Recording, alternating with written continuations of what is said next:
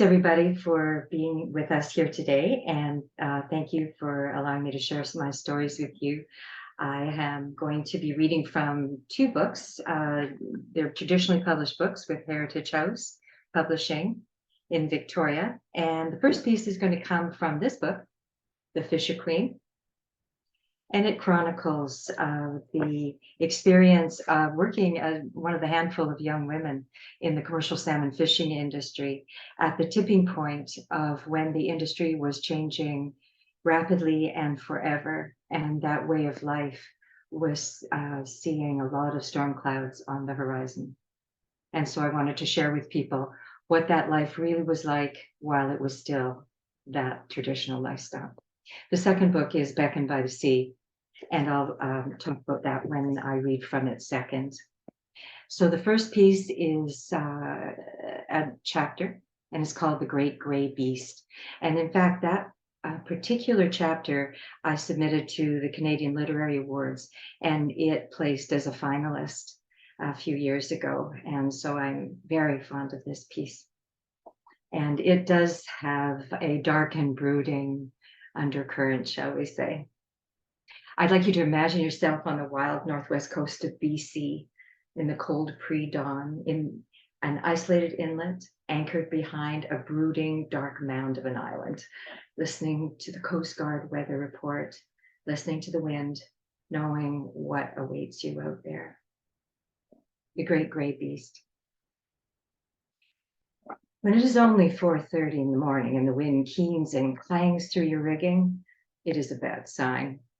When you are still tied to a wharf in a sheltered harbor and your boat shifts and strains around you, it is a very bad sign. My damp, chilly shelf of a bed was 1,000 times preferable. Bankruptcy, starvation, even homicide was preferable to what I knew waited for us just around the corner. A howling gray beast with a taste for wood and bones, raging down the inlet, flinging itself against the sheltering wooded walls of that tiny harbor. And who would be foolish enough to pit themselves against this monster? Fisherfolk, desperate with worry and exhaustion. The gods and government had conspired to set a deadly stage. No fish, terrible weather, closures, strikes, cutbacks, rocketing interest rates, and falling fish prices. People took bigger and bigger risks, hoping for the miracle that would pay their mortgage and feed their kids. Many would drown in debt, in liquor, in despair. Some would be eaten alive by the great gray beast that waited for us all. The skipper said we couldn't afford to take another harbor day. We were flat broke, not a goddamn nickel left, even in the change jar. Ours was not the only tab discreetly kept in the camp accounts, but it might have been the longest. We were going out and that was final. So I was just to shut up and go below if I couldn't stand it. But of course I had to stand it. What else could I do but pray and go numb? I was ashen before we even ran the gut, a churning, rock-infested channel that spits you out into the inlet or the open ocean, depending on which way you're going. It must have been what the gates of hell looked like. Everything was black and bilious, and I couldn't tell where the sky ended and the water began. I couldn't imagine it could get worse until the erratic, sharp waves crested white and started crashing over our bow. First thing you learn about the West Coast, it can always get worse. I staggered up the forecastle stairs into the wheelhouse, lurching from one handhold to the next. Nobody should have to be thrown around like that before the sun came up. What the hell are you doing up here? He growled. I want to see my name on the wave that's going to kill me, I snarled back. We couldn't use the stabilizers because they'd tear off the rocks. They were that close. So it was like riding a 20,000-pound Brahma bull. I braced in the wheelhouse, knees bent, feet apart, hands clutching the thick wooden dashboard rim, and still my feet left the floor with each crashing wave. Don't you think it's a little odd that it's only 7 a.m. and people are already beating their way back in? I said, is that telling you something? We'll go and see how it is, he said. There's lots of people behind us. Lots was an exaggeration, but there were a few boats bouncing around, waiting their turn to shoot through. It was so narrow there, only one boat could get through at a time. Not a problem, unless people were running in for their lives, which I suspected would happen fairly soon. Nothing I said, no amount of reason or sanity could change his mind. You have no right to put my life at risk like this. This is insane. The farther out we go, the worse it is. Listen to what they're saying. I turned up the volume on the radio. There were some attempts at false bravado, but the rest were picking up their gear or just plain turning around and running back in. I said, get down below if you can't take it, he said, turning off the radio. Take what? Drowning? Being smashed to bits? The hell is the matter with you? Even if we get back in one piece, and we'll probably wreck all our gear, the wind will just throw stuff all over the place. Something black and hard slid down behind his eyes. I said, we're going to go out and try it. We can't afford another day off. You run the wheel and I'll set the gear. Just watch out for other boats. Cutting the engine to trolling speed, he waited for me to take the wheel and stomped out of the cabin. I knew he hadn't told me to steer to give me something to do. It was just too rough to use the autopilot. I would have to manually keep us on tack. I felt like Captain Ahab lashed to the huge wooden wheel, wrestling with the sea. I watched the few other boats flail and plunge, awash with breaking waves, and knew how horrific we must look to them. I stretched up to turn on the radio and heard a string of subdued, strained voices advising and agreeing to go in. Fisherfolk are very reluctant to see anyone stay out in such dangerous conditions and often risk their own boats and lives to rescue others. We take care of our own, they said. Who else is going to? The BC government, in its infinite fiscal wisdom, had cut the Coast Guard fleet down to 3 boats for thousands of miles of convoluted coastline, and so the graveyard of the Pacific continued to earn its name. The marine forecast suddenly upgraded to gale force winds and posted a warning to all north and west coast traffic. Again, the forecast had been inaccurate and late. Many people blamed it on the lighthouses going automated lately. The running joke in the fleet was which lighthouse would break down next and for how long. No more friendly face behind that flashing light, just clicks and whirs. Wrestling the lurching wheel, I was awash in rage and fear and pity for all us poor souls who were risking everything for nothing. I wondered how much more of this I could stand. I wondered how many more seasons the entire industry, this whole way of life, could stand. Terrible storm clouds were gathering there too. Secret meetings, deals and documents, talk of fish farms, land claims, conspiracy theories to rival Watergate. The glory days are over. Get out while you can, some people said. Oh, it's just a couple of bad years. Get a bigger boat, others said. I watched someone in a nearby boat struggle to bring in his gears, lines and hooks flying and tangling around his head. Everything seemed airborne as the wind and water screamed and shoved at us. Suddenly, the black back door flung open. Turn us wide to starboard and start running in at half speed. I'll keep pulling in the gear, he bellowed. Thank God, I whispered. But my relief was tempered with a terrible foreboding. You never pull gear while running. You probably lose and snarl most of it, and unless you were even more danger taking your time. I forced myself to narrow my focus down to the treacherous channel several miles away. I couldn't think of what it would be like when we got there, 3 hours worse than when we went out. I forced myself to breathe slowly, to keep my muscles limber and my brain alert. I remembered a line from Frank Herbert's sci-fi novel, Dune.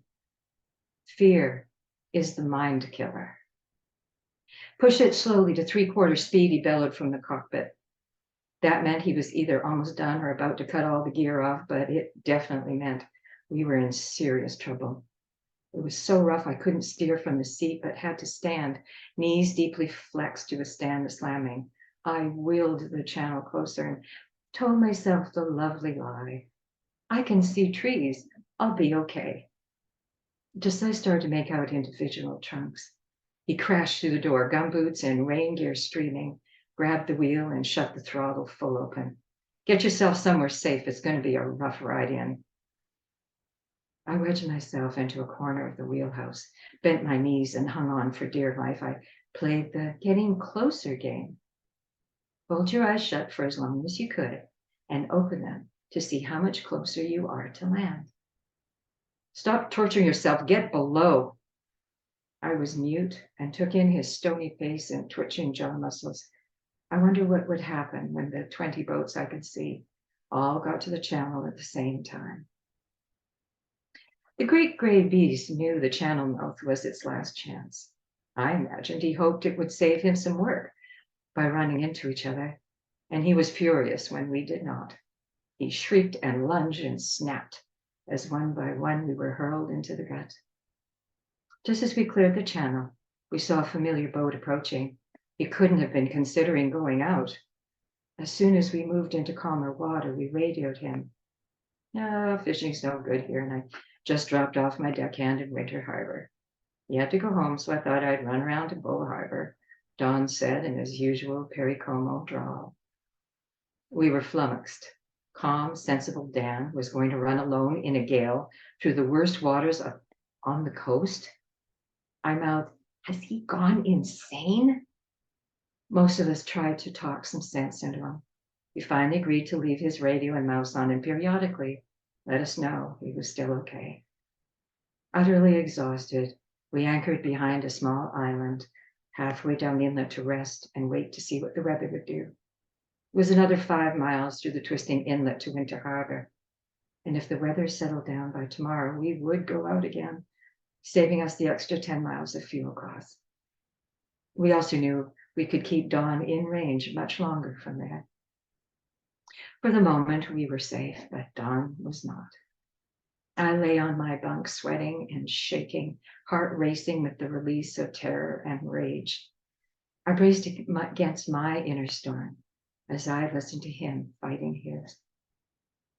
I'd always loved radio plays. One Vancouver station still aired them late Sunday nights. I'd turn out the lights and burrow deep in my blankets, making movies in my head. But this was real life. I was not safe in my bed at home, and I did not want to see the movie my head was making. Hour after hour, we heard the wind scream louder, the waves hit harder. We heard his voice whistling away. We heard crashes and clatters and held our breath till he calmly reported which piece of rigging had just come down. I wept and prayed for him, for all of us, for the salvation of this magnificent and terrible way of life, for the preservation of the Wild West and the demise of its domestication. The next terrible crash threw us from our bunks, and I sank to my knees, sobbing into my hands.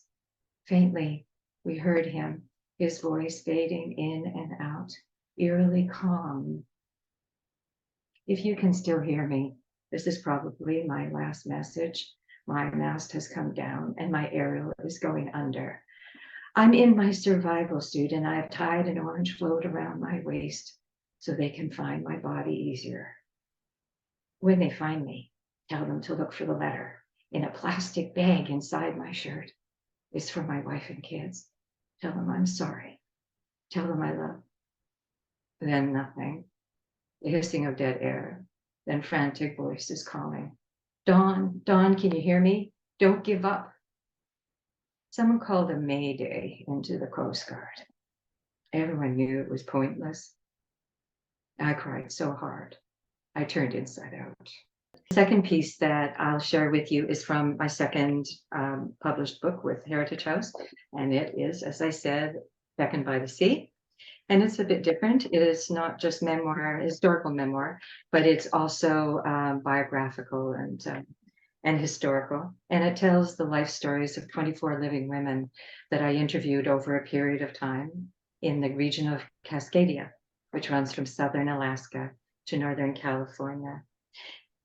These 24 women that had been so gracious to allow me to hear their lives and to share their stories in this book.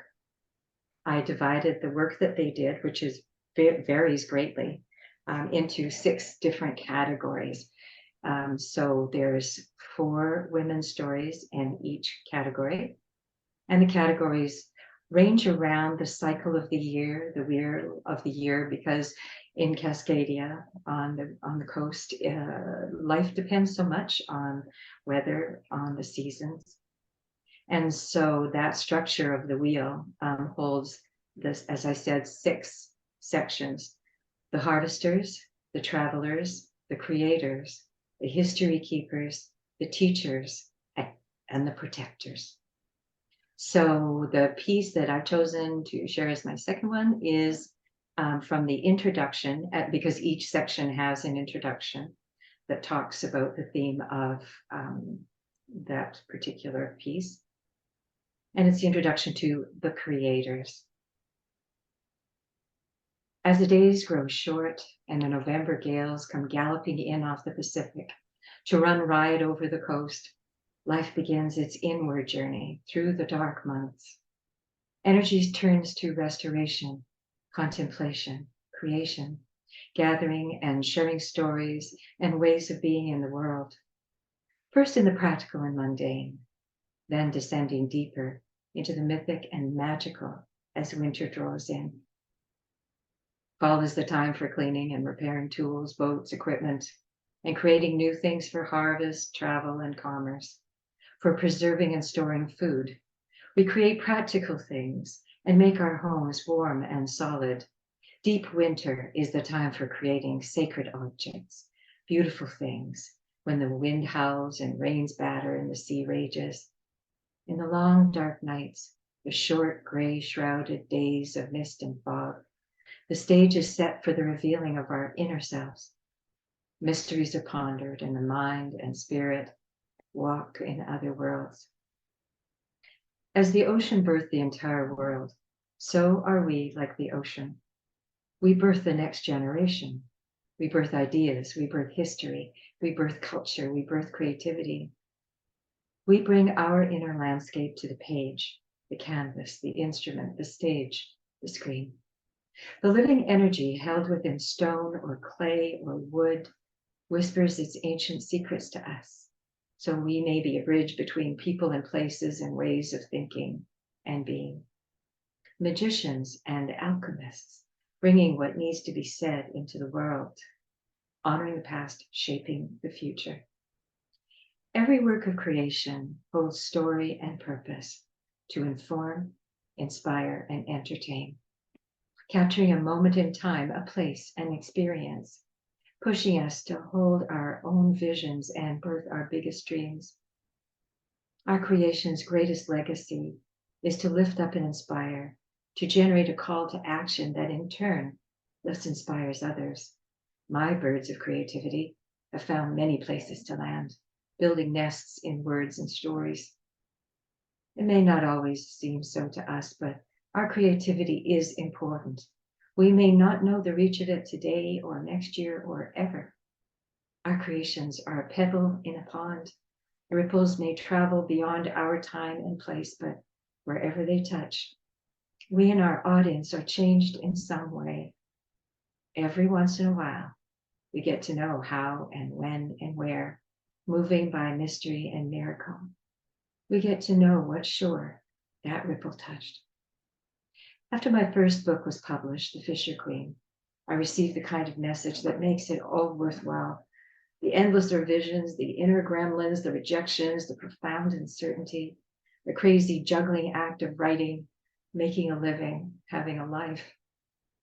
At that moment, a courageous mother was sitting by her daughter's bedside at Children's Hospital in Vancouver, reading my historical memoir on the BC salmon fishing industry and remembering her life in remote places on the BC coast. She was inspired to pick up her laptop and keep going, keep writing, keep believing, working on her long dormant historical memoir as she sat vigil. She took the time to find my contact information and sent me an email sharing how my book had lifted her up in a dark time. I emailed her in return, thanking her for inspiring me to keep going, keep writing, keep believing that what I do makes a difference. She is one of the 24 mermaids of this book. The four creators here reveal their passions and deep sense of connection to the Cascadia Sea and its coast. They answer a call to beauty and utility, capturing what surrounds and informs our life. A gift to the future, adding threads of color and texture to the tapestry of this place. A shipwright, creating in wood the stuff of dreams and destinations. Through her skilled hands, the ancient lure of traveling the waters of land and sea continues. A writer-photographer, creating in stories and images a profound legacy of coastal life and First Nations language and cultural recovery.